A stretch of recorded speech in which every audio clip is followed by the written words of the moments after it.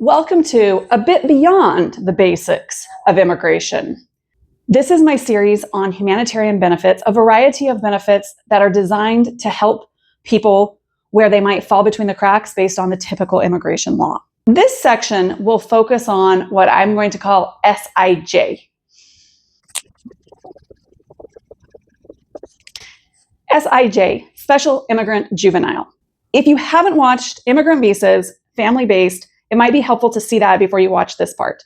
Also, if you watch the VAWA Self-petition video, that also plays into what we're going to talk about here.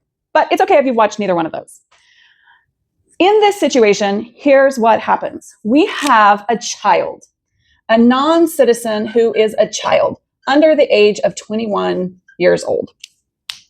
And for whatever reason, this child has been abandoned by their parents, maybe orphaned, maybe cast out, maybe they haven't seen their parents for 10 years, whatever it is, they have been abandoned by their parents.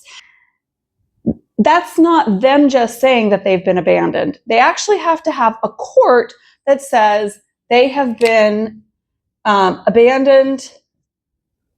Here's the court.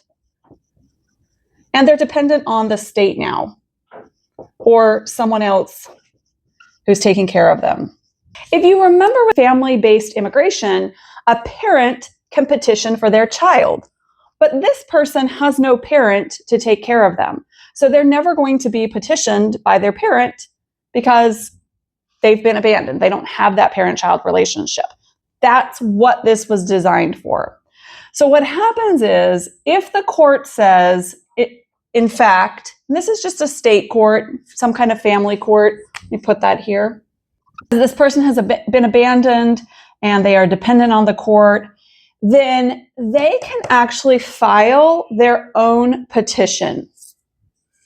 They can file a petition asking for special immigrant juvenile status.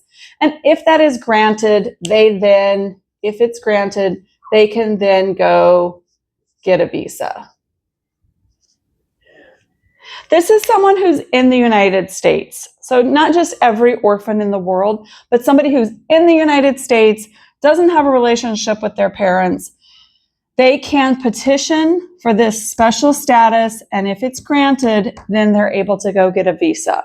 That makes sense because they don't have the parent-child relationship, which is generally how a child should come into the United States.